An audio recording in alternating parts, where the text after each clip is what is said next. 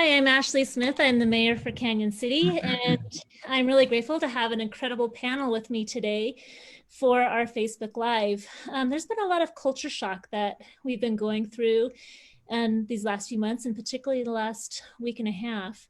And we have two types that we're going to be talking about today. The first half, we have Stan Bolus here and Margot Benson from Unbridled and Hotel St. Cloud. And we're really glad to have them here to discuss their journey through COVID and how they're still up and kicking and alive here in Canyon City, which we're incredibly grateful for. And then we'll shift to our police department. And so we have Chief Harvey. We also have Officer St. Louis and Sergeant Van Dyke. And we're really grateful for you guys being here today too. And I'm really looking forward to hearing some of your stories as well. We're gonna go ahead and move on. I'm gonna let our presenters kind of share their stories. But I also want to point out that if you are watching and you have any questions, you can comment in the Facebook feed below and we'll do our best to try and address those if we can. So I'll go ahead and turn the time over to Stan and Margot. Thank you.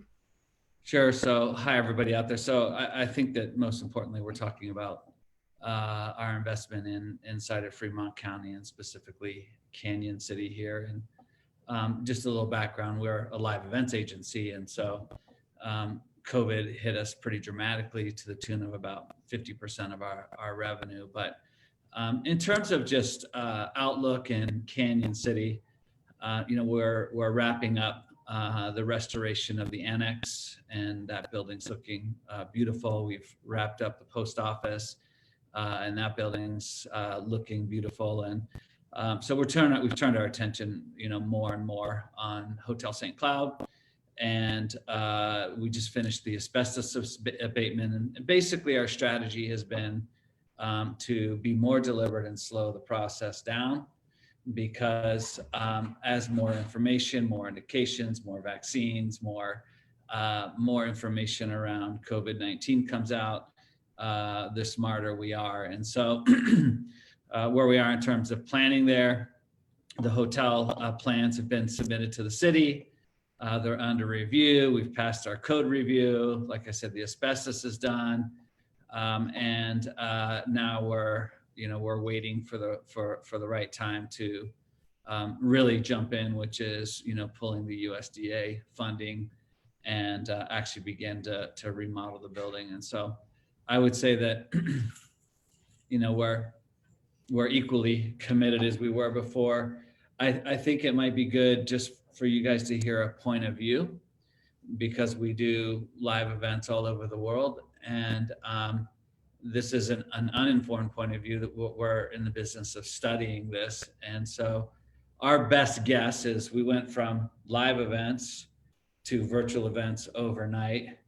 And frankly, things like Zoom and WebEx have been really good tools. And but our clients, which are mostly pharmaceutical, are all saying they need to get people in touch with people. And so we think that as there's 5 different scenarios that we've planned out, the most likely is, as better testing and vaccines and better treatment comes out, people will begin to start moving more freely. And if you look, like I heard this weekend, 70% of some of the hotels in Vegas are booked because Vegas opened up. And I know they're gamblers, so they're supposed to be like that. But so we think that the future will be live events will come back sometime in 2021, but they'll be live/virtual. Like this virtual thing is always going to be a component, because some people are more afraid of this than others, and so we have to provide solutions. But I think, back to St. Cloud a little more specifically, I think that we'll probably have to raise or look for some bridge funding. So anyone that's out there that's interested, probably of about $1 million that basically funds what will be the tax credits that we'll get back, but a bridge between here and there, because we used a lot of our capital just to keep the doors open and keep people employed. So that's a kind of a macro, and I don't know if you have questions around that, Mayor, but I'm happy to answer some. I believe you're on mute. When you're talking about bridge funding. Is the Urban Renewal Authority something that would be a benefit to the Hotel St. Cloud? Yeah, I mean, I wish I could say that I was an expert in those sorts of financing. Most of our projects we've self-financed.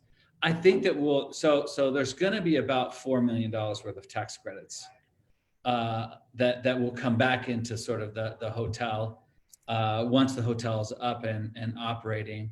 And we're looking to bridge finance that, meaning borrow $1 million against that, so that we can get the project. And if we were able to satisfy that last requirement, I don't see a situation where we wouldn't be moving forward, because I just believe that the human connection element is going to prevail for this in the long run. Where are we at right now with the Hotel St. Cloud renovation? Oh, sure. So like these are the plans, right? And so those are all, oops, I just threw them on the floor. Those are all into the city. So the plans are all done. This is the spec. And yeah, look at this thing. They're into the city. The asbestos is done. So the next phase would be more demo, that first floor story in the back, and then the interior between all the sleeping room cavities. And then we would start doing structural work, and then from the ground up. And once we go to sort of that full blown scale, it'll be about 15, 16 months before the Hotel St. Cloud's open. Okay, so is having this kind of downtime as far as not being able to book people, is that an advantage for the restoration? I think the downtime's been painful. I don't know how else to say. I don't know how else to say that. I think that people think that we're crazy, that we're crazy to open up a hotel when we don't even know if the hotel industry is gonna survive. And so I think it sort of divides along this philosophical debate about human connection. And so I think more than anything, it's tested our character and our resolve for the project, and just to keep pressing in. Although I will add, if you don't mind, Stan, is because we've had downtime in our events, we were able to engage with our internal creative team, design team, and make it more of an unbridled project, which is really exciting. It's kind of like a full group effort, whereas they were super busy with all these big events. So we're happy to have our creative team start doing the finishes inside. Well, and I'll say from a Canyon City perspective, a project like Hotel St. Cloud isn't going to get lost in the shuffle.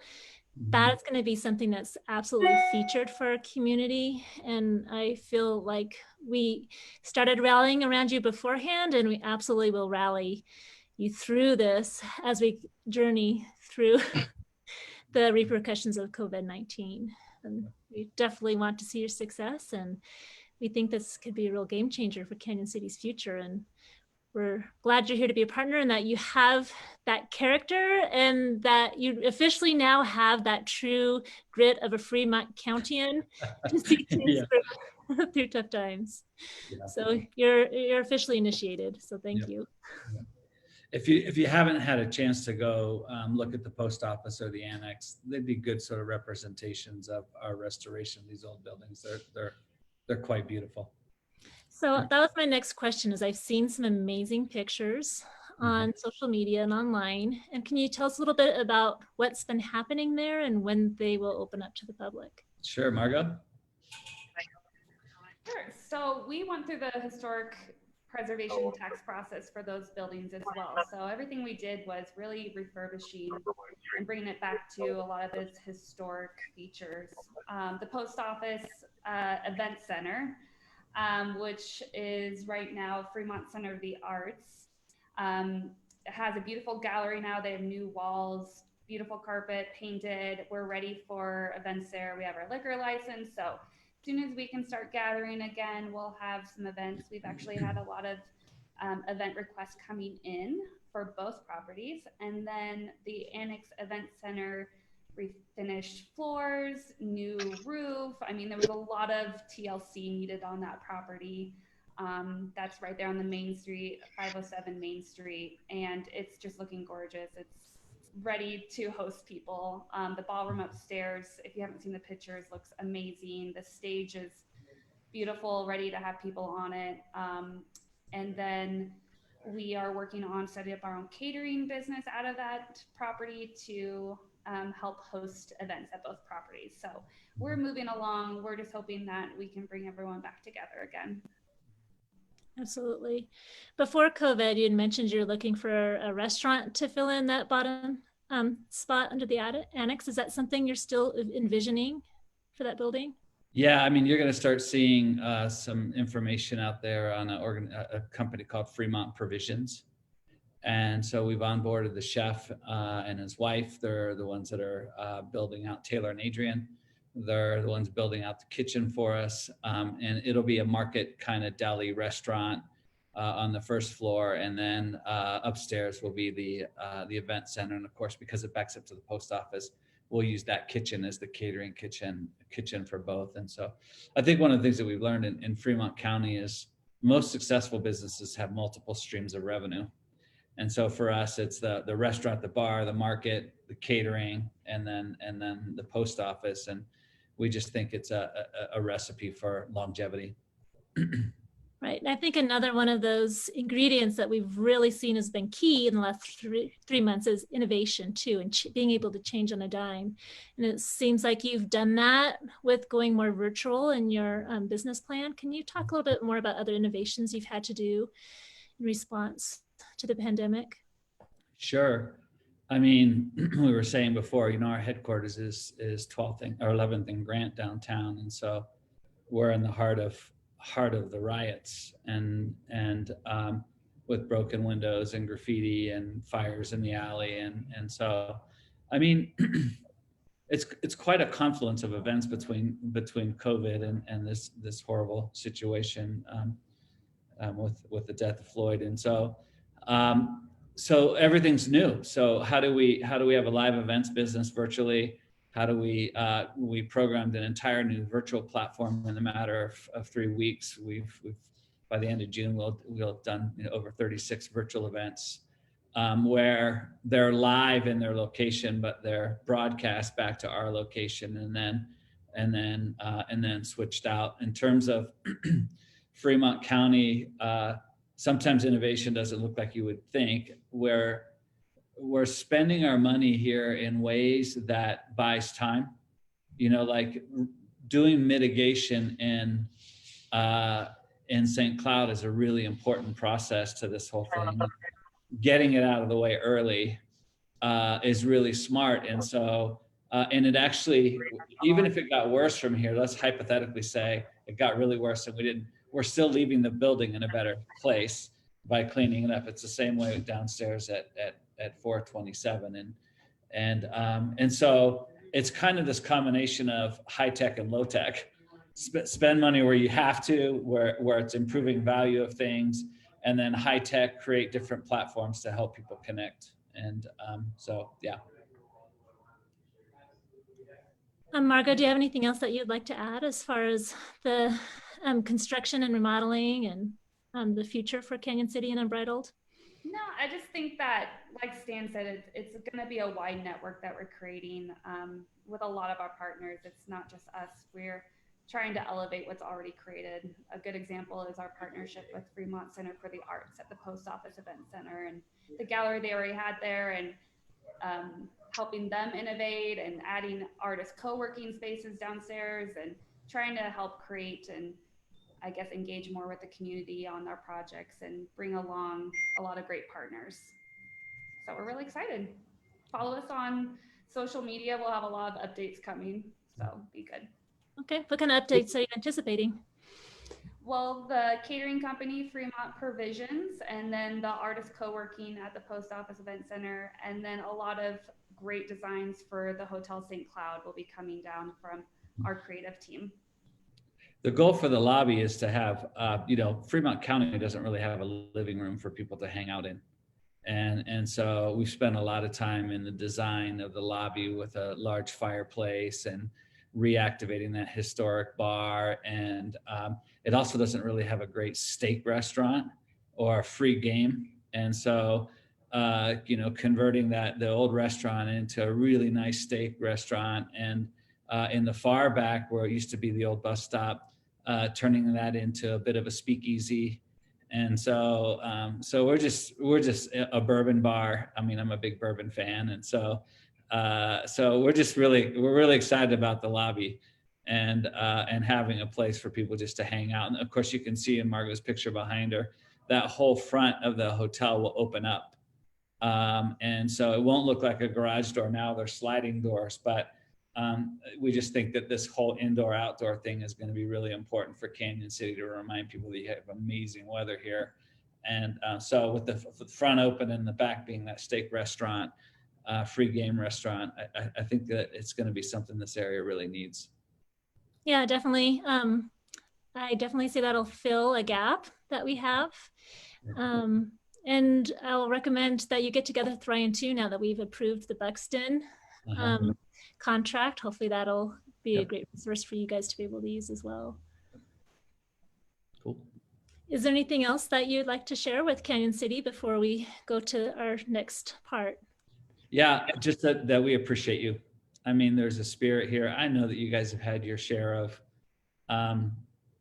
finger pointing and you know, judgments, and you know, our message to our team is just about kindness of humanity and believing the inherent goodness in each other. And I think overall you guys model that really well, and we're always thankful to come down here, and I think that says something. And so I just wish that I wish for you that you guys continue to hold your head up proud, and just keep fighting the good fight, because you're worth fighting for.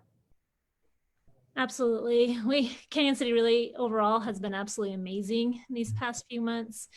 Very, very proud of our community and how they really rallied together in spite of the hard things that have been happening. And that is kind of a good segue, because there's still some really hard things that are happening across the nation. And Canyon City is no different in having questions and concerns and wanting to have some answers too. You know, are we doing okay as far as, you know, our policing and our enforcement?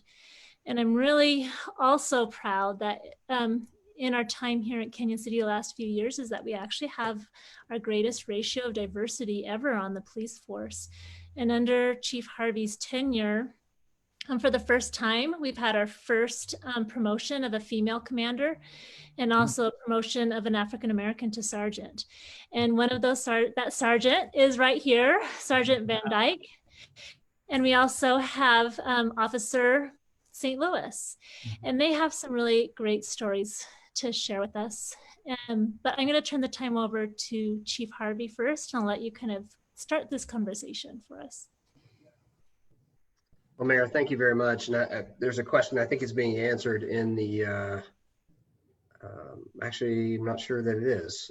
So there is a question that I think it's for Stan maybe, and maybe you in the webinar chat. Do you want to address that before we move on? Yeah, you know, this is the one about pricing. Man, the pricing thing is so hard. I think that affordable is relative. Margot, the rental fee for that's $500, right? But I want you guys to know that we've spent almost $200,000 in the renovation of that building. The fire monitoring system, the bar, the marble bar that matches the Colorado tile that was historic, the new carpet, the all new art boards. And so I just want, I guess my heart is that Canyon City understands that we're not down here to profiteer.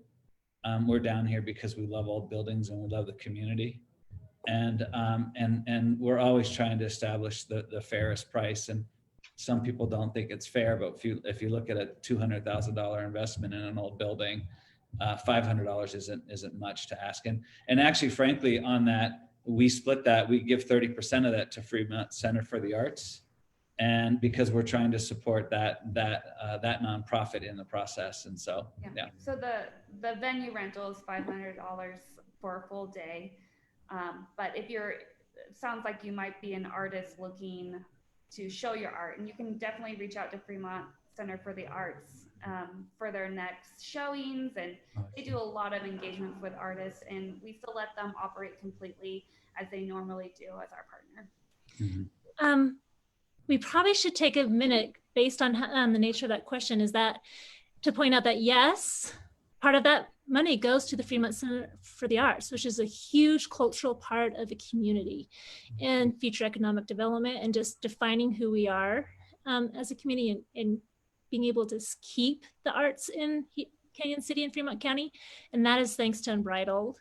It wouldn't have happened without Unbridled. And there's a lot of nonprofits that have benefited significantly from Unbridled's acts since you've come into town already. And so I think I definitely want to make sure that we acknowledge that generosity, and that is just, I know so many people have been incredibly grateful that we have a new revenue source for taking care of the most vulnerable in Fremont County. And it's been incredible. Thanks. Thank you. That's probably a good time to say, we set up this, it was a $200,000 COVID assistance fund. And I think that we have about $60,000 left in grant money. And so if there's people out there that are hurting, you can email Unbridled Acts, and there's a grant review process there. But there's been a lot of partakers in Fremont County, and it's been a real blessing to us to bless those in need. Thank you. All right, Chief Harvey, are you ready to take the lead? Yes, ma'am. Thank you very much, Madam Mayor. Stan, Margot, thanks for being here today. And, it means a lot to the police department too. I don't know if you guys saw, we actually put the Hotel St. Cloud through the pandemic. We titled the picture a light of hope, I think is how we actually put it in there. I did see that. So thanks for what you're doing. And so revitalizing the town, it means a lot to us. This town means a lot to all of us, quite honestly, at the police department, and putting our lives on the line every day for our citizens and going into some dangerous situations. There's things that happen in Canyon City people aren't aware of. And there's struggles that officers have here that people aren't aware of. And so I really appreciate the mayor kind of giving the police department an opportunity to address some of the things that are happening nationally right now, and some of the discontent that's happening towards the police force, national, or not our police force, but the police in general. And, that's a concern for us here. And one of the things I always ask people, it's kind of a communication that when I hire a new officer, one of the things I lay out for them is take care of your families. That's first and foremost. They feel the same stress as you do. They are worried about you coming home at night. They have those concerns. Treat all people with dignity and respect. Work hard. We make a good living, and the citizens of Canyon City support us in that. And then the final thing I always talk about is that I want every member of our department to be what I call a guardian of the reservoir of trust. And I actually borrowed that from a national leader that I think very highly of. And what that means is that just like a reservoir, you take water out. If you eventually take all the water out, you've got no water in the reservoir. Public trust works the same way. And so this is an opportunity for us to put a little water back in our reservoir of trust, to let you know what we're doing as your police department, to let you hear some of the struggles that some of our folks are doing. And, like I mentioned in the previous, I don't look at percentages. I don't look at what we do for diversity.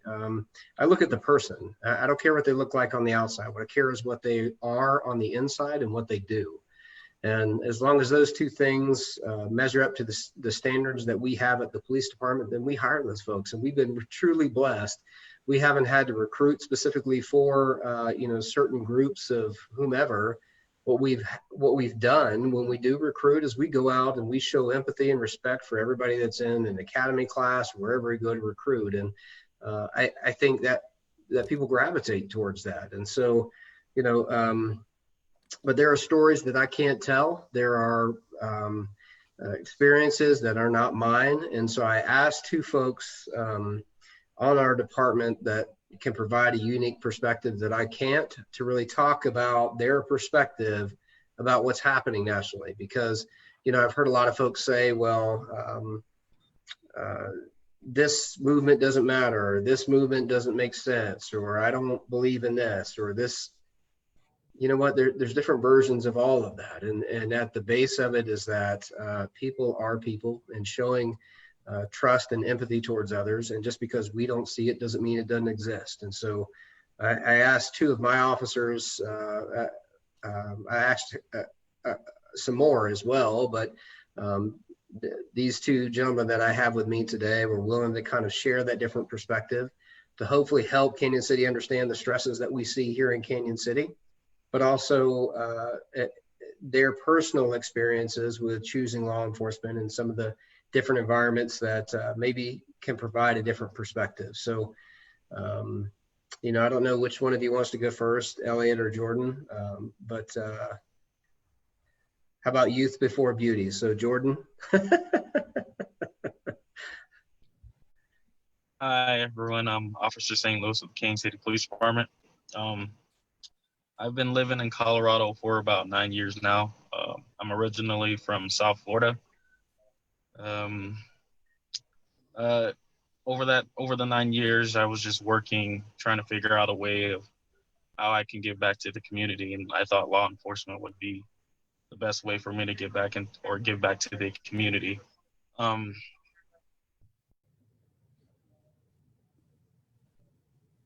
Sorry, I was just pausing for a moment, just thinking about what's going on and everything that's going on here today. I could tell you, growing up in South Florida, police officers weren't viewed as an idol or someone to look at. It was just a negative perspective towards them.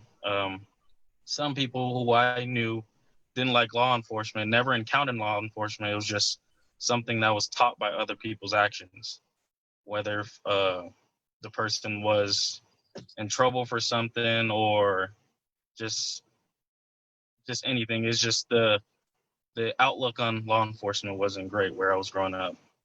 So me being in law enforcement, I thought, everything that's going on today is just, how do we change, as in law enforcement? I'm hoping with everything that we talk about, we can talk about certain trainings with diversity that we can go forward with and help out, to put a positive outlook on law enforcement. Because the thing that happened in Minnesota is, it was, I guess, in a way, troubling for most people, but we want to try to create change, and hopefully by talking about what's going on today helps with that. So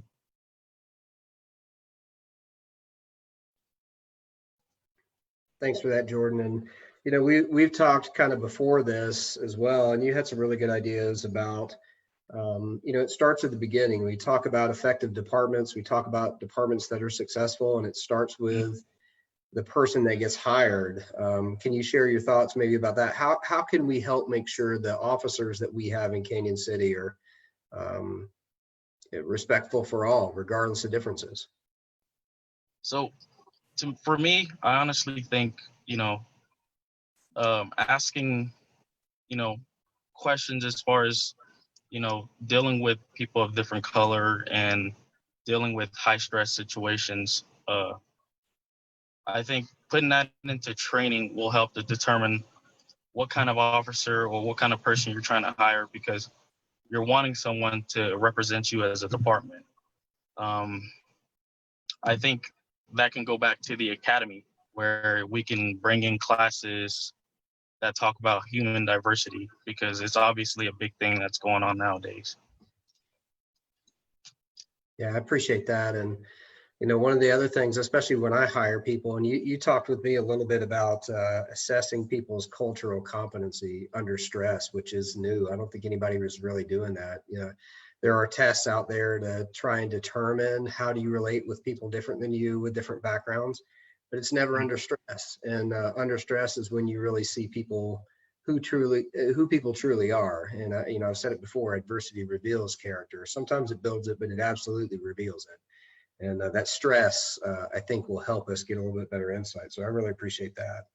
And when I hire folks, and I know I've shared this with you, but the public may not know this, I don't hire somebody for the Canyon City Police Department unless I see something bright and shiny in that person. And both these folks that are talking today, the thing that I saw that was bright and shiny in Jordan is that, you know, he's really got a strong passion for youth and wanting to help young people make good decisions and make changes. And you know, that's what we need. Our youth is our future, and having people that want to make a difference in a young person's life, that's absolutely essential. And it's not something he just said. When we were talking in his interview, his life shows it, quite honestly, based on the things that he's done. So I really appreciate you deciding to join Canyon City PD, and am happy that you're here. And thanks for sharing your story today. No worries, I love being here. Sorry, I didn't mean to step on you. Say it again. Oh, sorry, I said no worries, I love being here. So I'm glad to hear that, man. And yeah, I didn't mean to talk over you. That's what you're good.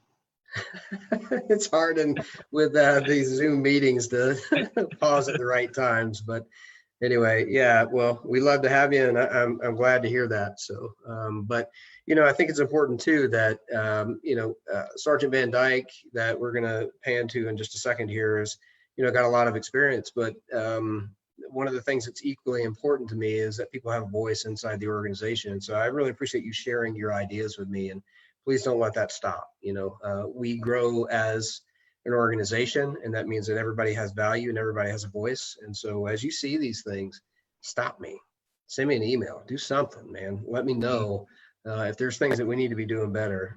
Let me know, and I'll do my best to make sure that that happens. So thanks for that. All right. Why don't we switch over to Sergeant Van Dyke? I'm Sergeant Elliot Van Dyke, and I've been here in Canyon City with the police department for almost a year and a half now. After retiring, after 23 years in Jacksonville, this is my 25th year of law enforcement. And I can honestly tell you, one of the things that I did before I decided to take the job out here is I can't lie, I went on the internet and I started looking up the demographics of the city and the town, just to kind of get a feel of what I was getting myself into. Because I know that there are cultural differences everywhere you go, everywhere you work, it's going to be different, and it's going to be different and diverse, and you have to be able to adapt to those situations. So I don't want to put myself in a bad position by coming into a situation where I would feel uncomfortable. And, you know, just from moving here to Colorado from Florida was a big culture shock, big culture change. So something you guys may not know is Elliot is one of my oldest friends. I've known him for that 25-year period. And I don't mean old because he's old. He is old, but so am I guess. And at some point we got old. I don't know how it happened, but it happened. And but I've known him for 25 years, and he's a person of character and integrity. And you know, he was a little bit apprehensive when I first started talking to him about coming up and joining Canyon City PD. But would you kind of share maybe a little bit about that, Elliot, that the apprehension that you had and what you found when you got here? Yes, sir. You know, Chief Harvey been talking to me. He knew I was nearing retirement in Florida, so he's been talking to me for a while about coming out here to work.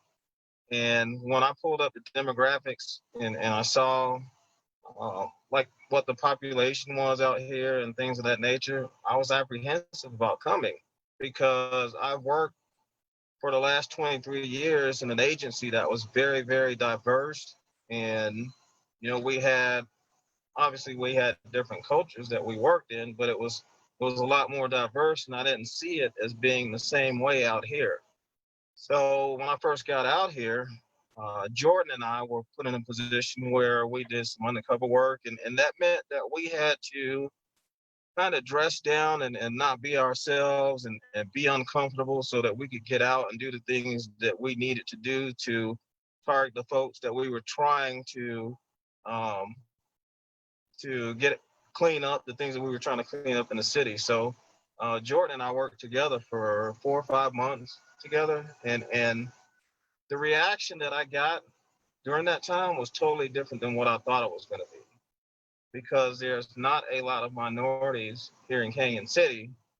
I thought that it would be a little bit more hostile, but it was the absolute opposite when I got out here. And even being dressed down and not so good clothing and going places that we probably don't want to talk about, we got a warm reception from everybody, and that totally shocked me when I got out here.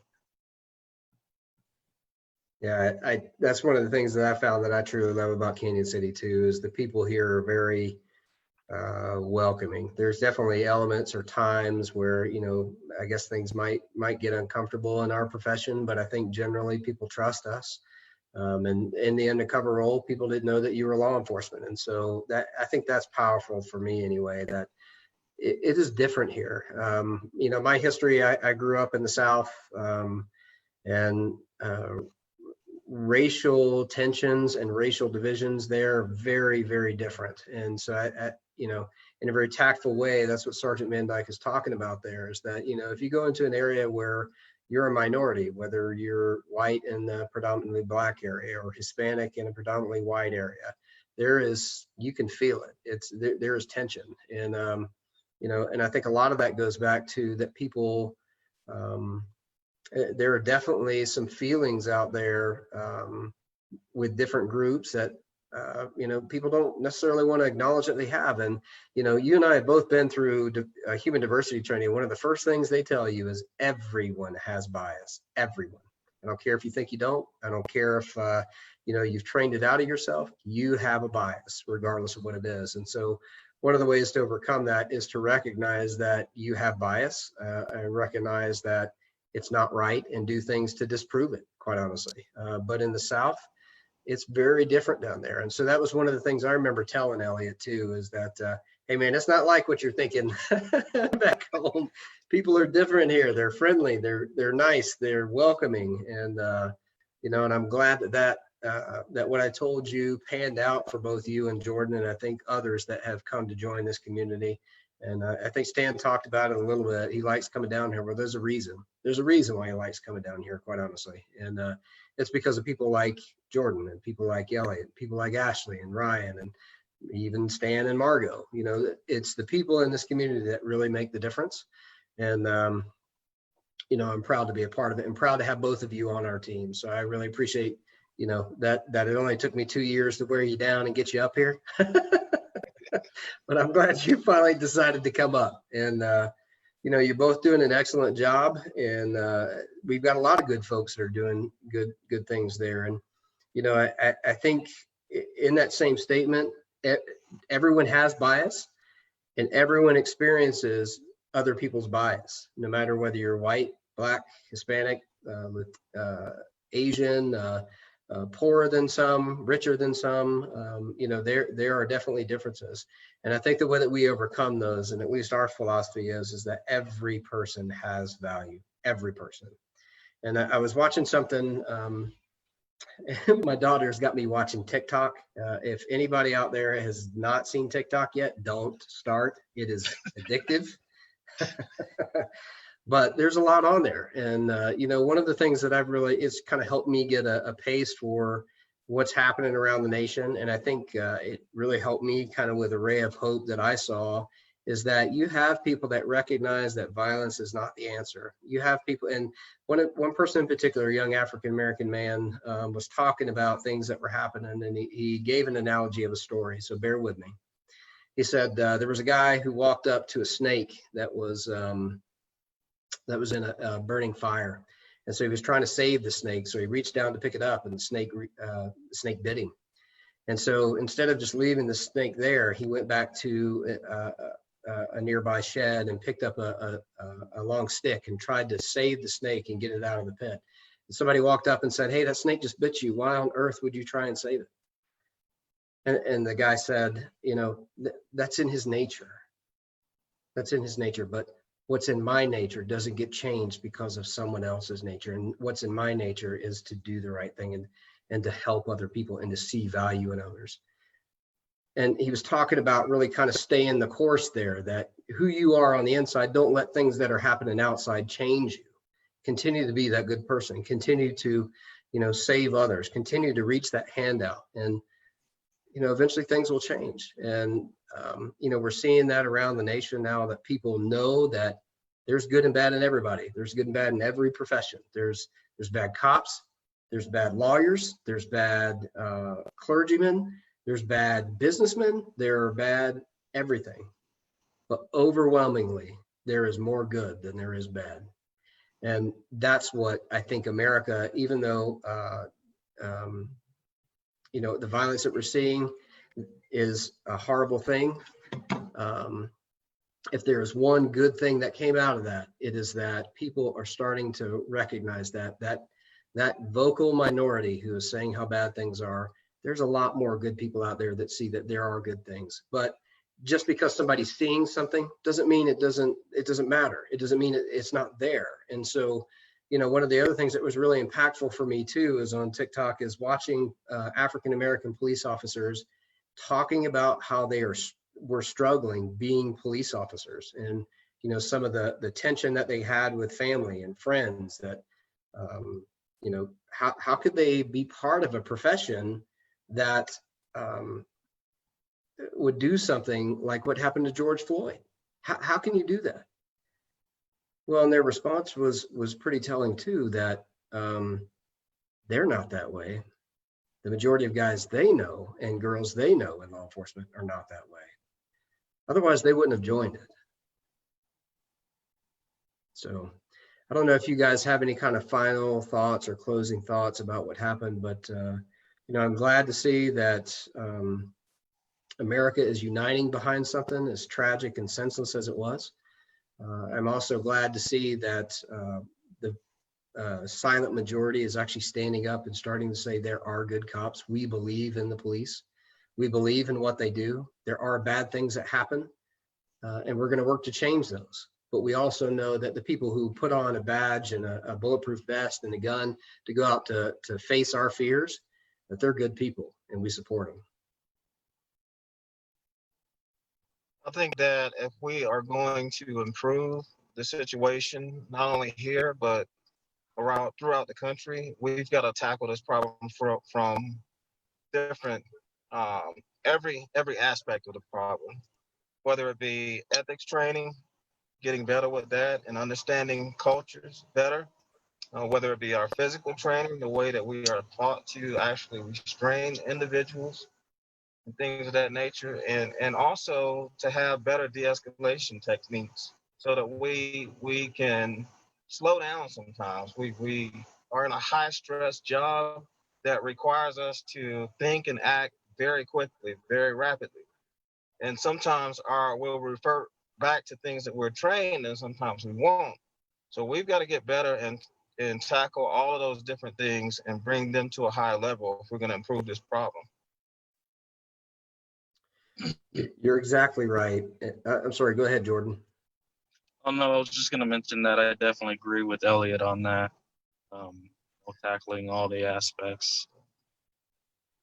If we can lead it by example, just reviewing what's going on and trying to tackle all these issues.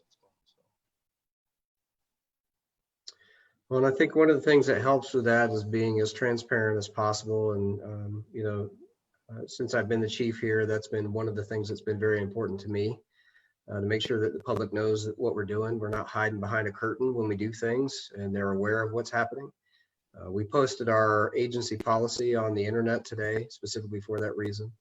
We do have a use of force review board and a use of force policy. The review board in the past had been primarily just sworn law enforcement officers, and I want to say about 6 months ago, we started expanding that to civilian members. We haven't actually brought any citizens, but I think that might be a logical next step. And I know that the legislature and some other entities are looking at what we can do to tackle this problem and work together. And I think a big part of it's transparency. But Jordan, I pose this to both you and Elliot. So if a state legislator or the governor was listening to our Facebook, what would you tell them that we can do across this state to make it better? I would say just exactly what I said a few minutes ago, Chief, that we have to tackle this problem from every avenue, every aspect of it. We've got to look at. We have to be more transparent. We have to be more of a face when there's not issues that we're dealing with in these neighborhoods, so that we can bridge that gap and build better relationships with the people that we serve. I agree with Elliot. Is tackling on, tackling everything, and what can we do to change so that way not every officer is viewed in a bad way. So Okay. And actually, something with you saying that, both of you mentioned that growing up, you grew up in neighborhoods that people didn't like the police. So what made you choose to want to be a police officer then? For me, Chief, and I came from a long family of law enforcement, and with my dad being my role model. And I can honestly tell you, when he became a police officer back in the late 60s, St. Johns County, Florida, my dad was the second black deputy that they ever had there. So he definitely had to deal with some issues back then at that time. And then when he came to Jacksonville, I think he was 17 or 18. So, and just hearing the stories that he had growing up and seeing the things that he had to go through, and we still talk about and discuss some of those stories today, it just kind of pushed me and motivated me to want to do this profession and try to have more diversity in some of these areas that really, really have serious problems. And, it's a fact across the country that we're not trusted. So we've got to put people out there on the streets in these areas that can make the citizens feel like they can trust us. And if they have issues, they can call us, and they don't have to worry about being in fear and all that other stuff. Talking about trust, a lot of law enforcement officers don't understand why we do some of the outreach that we do, why we did the birthday drive-bys, why we have reached out to other businesses that weren't sure why the police department was trying to gather them together. And it is to do exactly that. And we can do it formally, like you're talking about, but I think what really makes the difference, Elliot, is exactly what you're talking about, that personal contact, being in the neighborhood, slowing things down so that, you have time to go talk to neighbors and develop that trusting relationship, because that's how we put water back in the reservoir of trust. It's through those interactions outside of the crisis that really makes a difference. Jordan, you got any thoughts to add to that? well, for me, like I said earlier, it's all about a way for me to be able to help out, give back. And for law enforcement was the best way for me. Other than that, I don't have anything else to say, or if anyone has any questions, they can ask, and I'll answer them.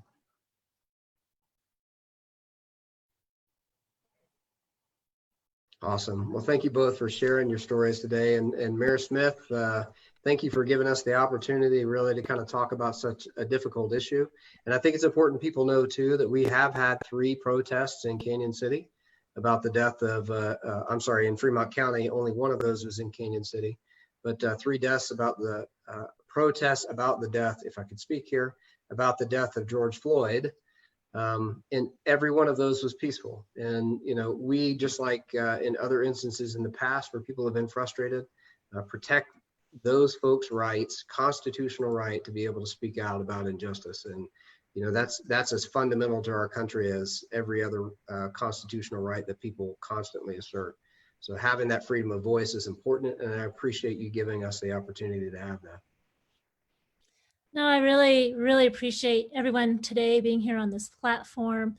I would just like to give everyone a chance just to share, any final thoughts that you might have before we close up.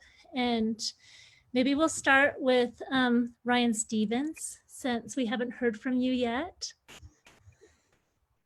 I just want to echo everything that the chief said and what the mayor said. I appreciate Officer St. Louis and Sergeant Van Dyke joining us today and speaking on a very difficult topic. And, we appreciate our law enforcement here in Canyon City and Fremont County, and certainly want to say thank you to all of those who help keep us safe at night and keep us safe during the day. So thank you very much, and we appreciate you again. We'll move on to Sergeant Van Dyke, which I will mention again. I mentioned at the beginning, but he has made history in Canyon City as our first African-American to be promoted to the Office of Sergeant. And I've had the privilege of riding in along with Sergeant Van Dyke, and can attest that he is the best of the best. Absolutely loved that time that we had together to see his interaction with some of the most vulnerable in our community when he was co-responder and working with the homeless. Just absolute class act. So final thoughts from you, and then we'll go to Officer St. Louis, who I'm looking forward to doing a drive with next. I really appreciate that, Mayor, and we did have a fun, eventful day that day. But I don't really have any final thoughts other than I look forward to continue to serve Canyon City and the citizens here, and I promise to do whatever I can to make this profession the best that we can.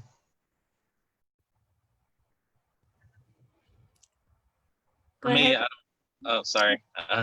I don't really have any final thoughts. Just everything that Van Dyke said, same thing for me. So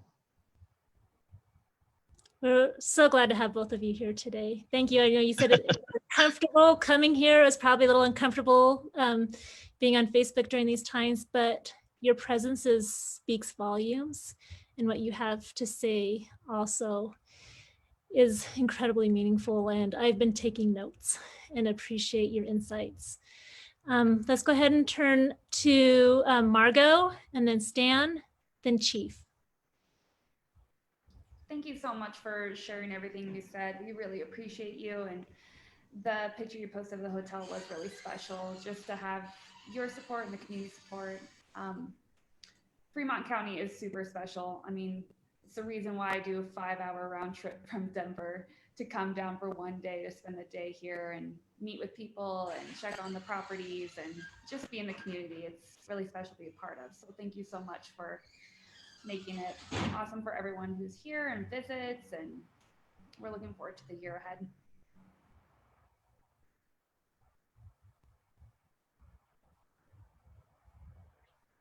you're So muted. Stan, He's muted.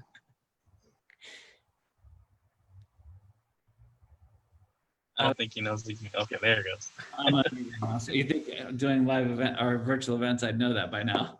I'm just an old dog trying to learn a new trick, I think.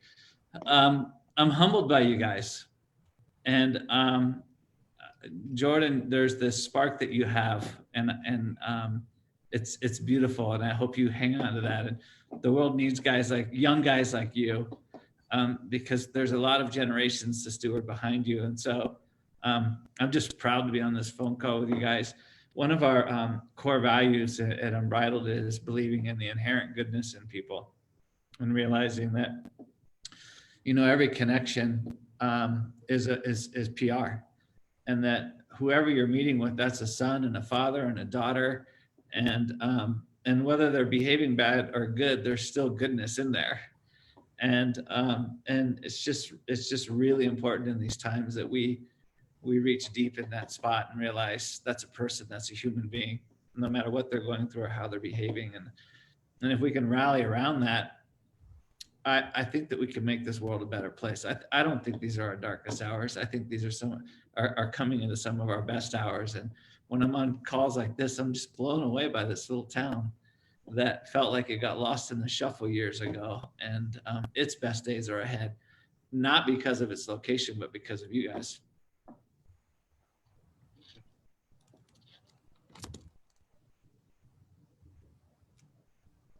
that's to you, Chief.